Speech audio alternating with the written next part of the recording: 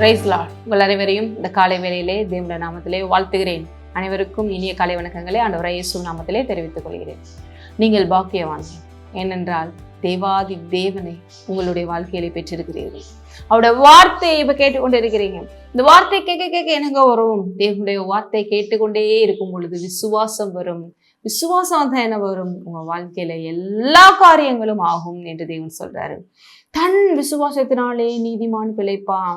அப்ப நமக்கு இந்த விசுவாசம் தான் பாருங்க பிழைப்பா இருக்கு, ஜீவனா இருக்கு. வாழ்க்கையில தேவன் நமக்காக ஏற்படுத்தி வைத்த எல்லா ஆசீர்வாதங்களையும், ஆவிக்குரிய வகையில இருக்கிற எல்லாவற்றையும் இந்த ஃபெய்த் தான் பாருங்க சாவி போட்டு திறந்து நம்ம வாழ்க்கையில ரிலீஸ் பண்ண உதவி செய்கிறது.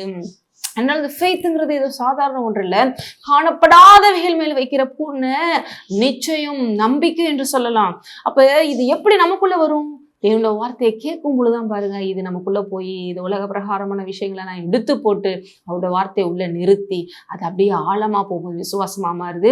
அப்படிப்பட்ட விசுவாசம் உங்களுக்கு இருக்கும் பொழுது அந்த விசுவாசம் என்ன பண்ணுது? தேவனுடைய காரியங்களை எடுத்துக்கொள்ள வைக்கிறதுன்னு சொன்னேன். ஏன்னா அந்த உலகத்துல பாருங்க தேவன் 2 விஷயத்தை நமக்கு முன்னாடி எப்பொழுதும் வச்சிருக்காரு. ஏதோ ஜீவனை மரணத்தை உனக்கு முன்பாக வைத்தேன், நீயும் உன் சந்ததியின் பிழைத்திருக்கும்படி ஜீவனை தெரிந்து கொள் என்று சொன்னார் இல்லையா? அப்ப ஜீவனை இப்படி விசுவாசம் மூலமா நம்ம தெரிந்து கொள்றோம். அப்படி நம்ம ஜீவனை தெரிந்து கொள்ளும் பொழுது ஜீவனுக்கு எதுவான வகையில எல்லாம் நம்ம வாழ்வில வலிக்கிறது. ஏன்னா எதை நம்ம எடுத்துக்கொள்றோமோ அதை நம்ம என்ன பண்றோம்? சூஸ் பண்றோம். ஜீவனை சூஸ் பண்ணும் போது தேவன் பாருங்க அவங்க ஜீவனை கொடு என்று கொடுக்கிறாரு. அவங்களுடைய மன விருப்பத்தின்படி தேவன் கொடுக்கிறவரா இருக்கிறாரு. அப்ப இந்த விசுவாசம் நமக்கு தேவன் மேல வைக்கிற அந்த விசுவாசம் தேவன் நமக்கு என்னென்னலாம் வச்சிருக்காரு? எப்போதுமே வெற்றி, எப்பொழுதுமே சமாதானம், எப்பொழுதுமே ஆசீர்வாதம், எப்பொழுதுமே செழிப்பு, எப்பொழுதுமே உயர்வு, எல்லாமே உங்களுக்கு ஜீவனுக்கு எதுவானவைகள், எந்த மரணத்தும் கிடையாது. உங்களுக்கு உலகம் 28 ஆசீர்வாதங்கள் எடுத்து படிச்சு பார்த்தீங்கன்னா அதை பத்தி ஓரளவு நமக்கு சிம்பிளாவே தெரியும். அவ்வளோ ஒரு ஆசீர்வாதங்களை தேவன் வைத்திருக்கிற. எல்லாவற்றுக்கும் மேலாக ஆபிரகாமின் ஆசீர்வாதங்கள் புறஜாதியில நம்ம மேல் வரும்படியாக அவரை மரித்து எல்லாவற்றையும் நமக்காக தந்தும் இருக்கிறார். சிலுவையிலே எல்லாவற்றையும் நமக்கு பரிமாற்றமாக கொடுத்திருக்கிறார். இன்றைக்கு தேவனுக்குரியதா நமக்குரியதா இருக்கிறது. புத்திர சுவிகர்களா இருந்து எடுத்து இது எல்லாம் விசுவாசம் மூலமா நடக்குது. அப்ப விசுவாசம் உங்களுக்கு இருக்கும் பொழுது இந்த உலகத்துல பெரிய காரியங்களை செய்யலாம். இந்த உலகத்துல இருக்கிற இந்த ராஜ்யம், இந்த இருளான ராஜ்யம், பிசாசினுடைய இந்த விஷயங்கள் எல்லாத்தையும் மாட்டலாம். ஏன்னா இந்த பிசாசு உலகத்தை ஆளுகை செய்யறான்.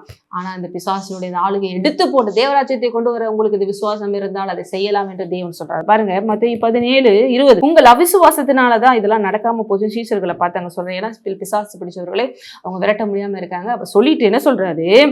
கடுகு விதை அளவு விசுவாசம் உங்களுக்கு இருந்தால் நீங்கள் இந்த மலையை பார்த்து இவ்விடம் விட்டு அப்புறம் போ என்று சொல்ல அது அப்புறம் போம். உங்களால் கூடாத காரியம் ஒன்றுமிராது என்று மெய்யாகவே அப்படின்னு பாருங்க, மெய்யாகவே உங்களுக்கு சொல்றேன். கடுகு விதை அளவு விசுவாசம் அப்படின்னா பாருங்க ஒரு சின்ன விதை, அந்த விதைக்குள்ள பாருங்க ஒரு ஜீவன் இருக்கு. அந்த விதை போய் எங்க விழுந்தாலும் சாதாரண கடுகு விதை சின்னதா இருக்கு, ஆனா பெரிய ஒரு புஷ்ஷா அது முளைக்குது என்று நம்ம பாக்குறோம். அப்படியாக உங்க விசுவாசம் சின்னதா இருக்கலாம், ஆனா அது பெரிய காரியங்கள் நடப்பிக்கக்கூடியது. ஏன்னா அதுக்குள்ள என்ன இருக்கு? ஜீவன் இருக்கு. அது மலைகளை கூட என்ன பண்ணலாம்? பெயர்க்கலான்றாங்க.